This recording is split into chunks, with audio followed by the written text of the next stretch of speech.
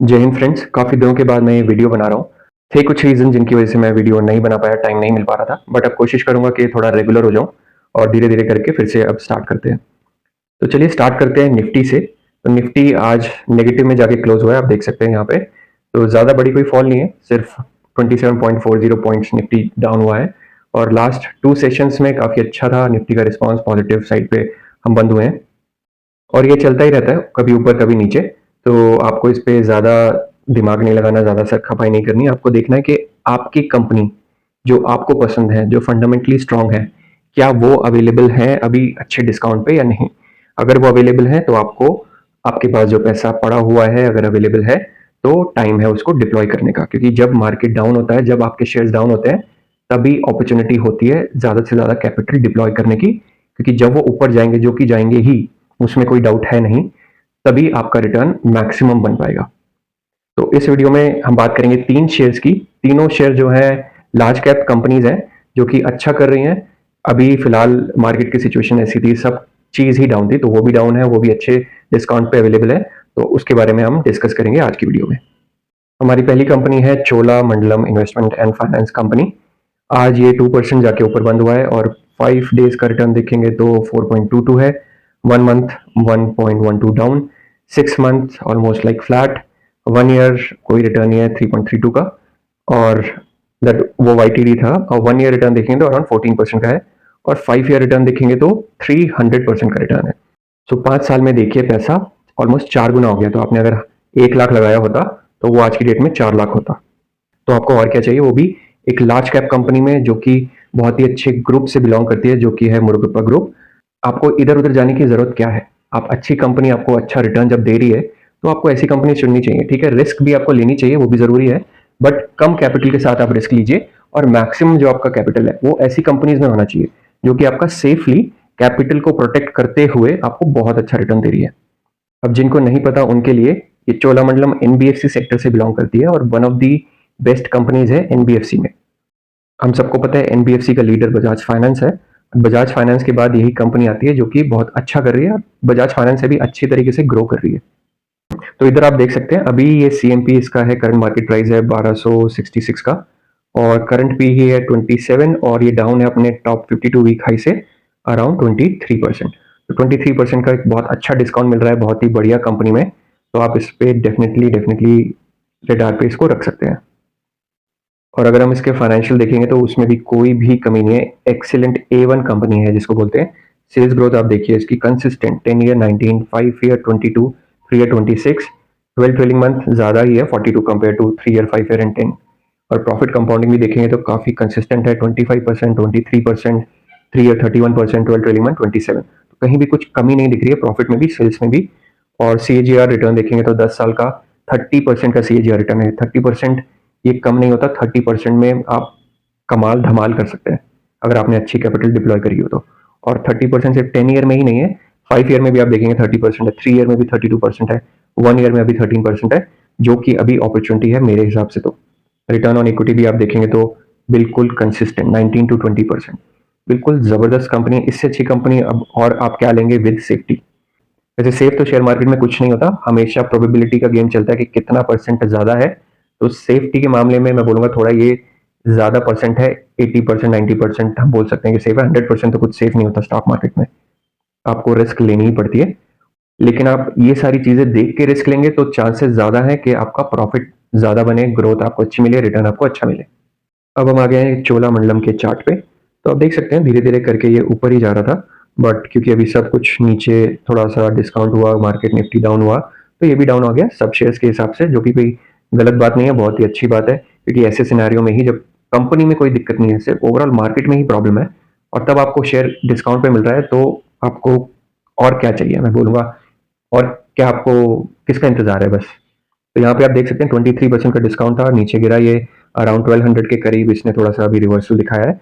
और 1200 इसका सपोर्ट था, देख सकते हैं यहाँ से भी 1200 पे जाके ये ऊपर गया था। तो ये सपोर्ट एक लेवल है इसका, बाकी हर 100 लेवल पे इसको सपोर्ट है। तो इस लेवल पे भी मुझे लगता है अब अगर मार्केट ठीक रही तो यहाँ से ऊपर ही जाना चाहिए, मुझे कोई रीजन दिखता नहीं है इसके नीचे जाने का। लेकिन अगर मार्केट है, कोई 100% प्रोटेक्ट नहीं कर सकता, अगर नीचे जाती है और आपको ये और नीचे मिल जाता है, 1100 तक मिल जाता है, तो उससे भी अच्छी बात कुछ नहीं हो सकती। तो मेरे हिसाब से तो A1 कंपनी है, A1 मैनेजमेंट है, बिजनेस बहुत अच्छा कर रहा है। और अभी नेक्स्ट ईयर जाके जब आरबीआई भी हमारा इंडिया में रेट कट करेगा, तो एनबीएफसीज, बैंकिंग सेक्टर्स, ये कंपनी जो है ये बहुत बेनिफिट करेंगी। तो आप इसको अपने रडार पे रख सकते हैं। अगर आपको पसंद आती है तो अपने हिसाब से रिसर्च करके इस पे डिसीजन ले सकते हैं। अब आ जाते हैं हम अपनी दूसरी कंपनी पे, जो कि है टाटा मोटर्स। तो टाटा मोटर्स में मुझे बिल्कुल भी इंटरेस्ट नहीं था, बिल्कुल 0% इंटरेस्ट था पहले।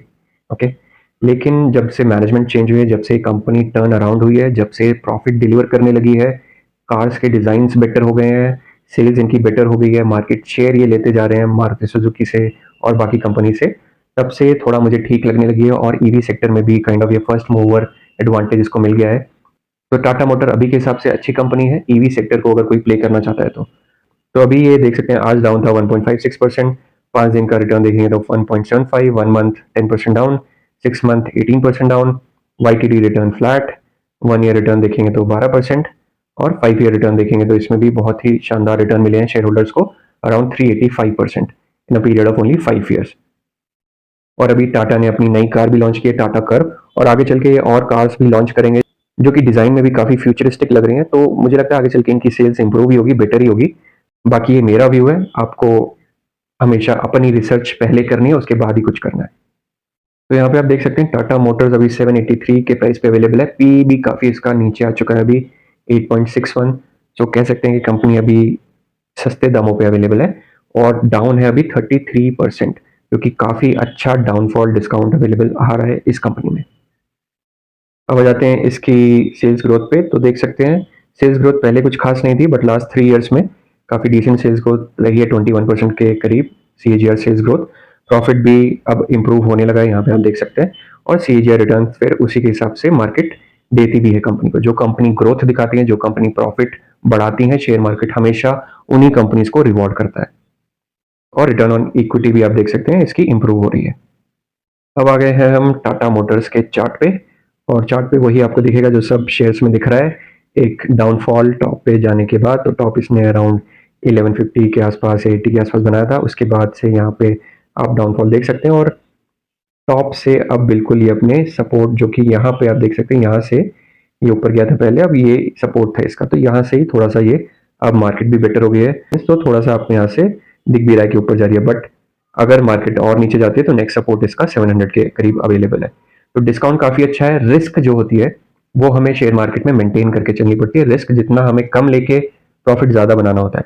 तो रिस्क अभी इस कंपनी में और हर एक कंपनी में जो कि गिर चुकी है 20-30%, लेकिन फंडामेंटल उसके इंटैक्ट है, ग्रोथ वो दिखा रही है, फिर भी प्रॉफिट दिखा रही है, फिर भी, लेकिन फिर भी मार्केट की वजह से डाउन है, उसमें रिस्क बहुत कम है अभी, क्योंकि वो डाउन है मार्केट की वजह से। तो इस कंपनी को भी आप देख सकते हैं, इस लेवल पे भी लेने में कोई मुझे हर्ज नहीं दिखता। रिस्क जो कि है इसमें अभी कम है, रिस्क रिवॉर्ड रेशो बिल्कुल बहुत अच्छा है इसमें जो दिख रहा है। तीसरे लार्ज कैप कंपनी पे आ जाते हैं, जो कि अगेन एक टाटा की कंपनी है, लेकिन बहुत ही बेहतरीन कंपनी है, जो कि है टाइटन। आज थोड़ा सा पॉजिटिव में क्लोज हुआ है। 5 डे का रिटर्न देखेंगे तो 3.81, 1 month 1.28, 6 month -2.3, YTD around 9% down, 1 year return देखेंगे तो कुछ रिटर्न नहीं है, -3.41, 5 ईयर रिटर्न देखेंगे तो 186% का रिटर्न है, जो कि अगेन एक डिसेंट रिटर्न है कंसिडरिंग कि लार्ज कैप कंपनी है। लार्ज कैप कंपनी में थोड़ा रिस्क कम होता है, पैसा थोड़ा सेफ रहता है, और आपको ये रिटर्न भी बना के दे रही है 186% का, जो कि कुछ खराब रिटर्न नहीं है, अच्छा ही रिटर्न है। सेफली आपकी कैपिटल को प्रोटेक्ट करके अच्छा रिटर्न दे रही है कंपनी। और आपने एक चीज नोटिस करी होगी, जब भी हम 5 साल पे क्लिक करते हैं तो रिटर्न हमेशा बेहतरीन ही होते हैं। क्यों? क्योंकि जितना हम लॉन्ग टर्म जाएंगे अच्छी कंपनीज के साथ, उतनी ही प्रोबेबिलिटी बढ़ जाती है हमारी अच्छे रिटर्न बनाने की। शॉर्ट टर्म में ऊपर नीचे चलता रहता है, आपने देखा 1 साल में कुछ रिटर्न नहीं था। तो 5 साल जितना हम अपना होराइजन बढ़ाते हैं, जितना लॉन्गर पीरियड के लिए इन्वेस्टेड रहते हैं, उतनी ज़्यादा प्रोबेबिलिटी हमारी बढ़ जाती है शेयर मार्केट में रिटर्न अपने पॉजिटिव बनाने की। ये इसीलिए हम बोलते हैं कि आपको एक लॉन्ग टर्म इन्वेस्टर बनना है। ट्रेडिंग करके किसी ने कुछ ज़्यादा हासिल नहीं किया है। आपको सेबी भी मैसेज देती है कि इतने परसेंट ट्रेडर्स जो है लॉस खाते हैं, जो कि सही बात भी है। बहुत ही आपको नीश स्किल चाहिए एक एक्चुअली ट्रेडिंग से पैसा कमाने के लिए, जो कि बहुत डिफिकल्ट है। इन्वेस्टिंग मैं ये नहीं कहूँगा कि ईजी है, बट इतनी ज़्यादा डिफिकल्ट नहीं है कि उसमें आपको ज़्यादा बस अच्छी कंपनी के साथ इन्वेस्ट करके बैठ जाना है और इंतजार करना है, होल्ड करना है, जो कि बहुत ईजी नहीं है आजकल की दुनिया में, जबकि एवरीथिंग जो है वो आपके फिंगर टिप्स अवेलेबल है, आप डेली आप देखते हो उसका प्राइस ऊपर नीचे जाता है, तो आपको टेम्पटेशन होती है खरीदने की, बेचने की, उसी को आपको कंट्रोल करना है, वही सबसे बड़ा मुश्किल पार्ट है। वो कर लिया तो आपने सब जीत लिया। तो टाइटन भी आप देख सकते हैं अवेलेबल है 3300 पे और डाउन है अराउंड 14%, तो ज़्यादा डाउन नहीं है कंपेयर टू चोला और टाटा, बट 15 to 20% ठीक है। अगर किसी ने कंपनी में इन्वेस्ट नहीं किया है अभी तक, करना चाहता था, 15% पे लगा सकता है अगर वो इंटरेस्टेड है। अदरवाइज 20% जब डाउन होती है कंपनी तो एक अच्छा टाइम माना जाता है इन्वेस्ट करने का, कैपिटल उसमें डालने का। तो इसका भी आप सेल्स ग्रोथ देखेंगे तो काफ़ी कंसिस्टेंट रही है। 10 year 17, 5 year 21, 3 year 33, 12 trailing month थोड़ा सा डिप है 17%।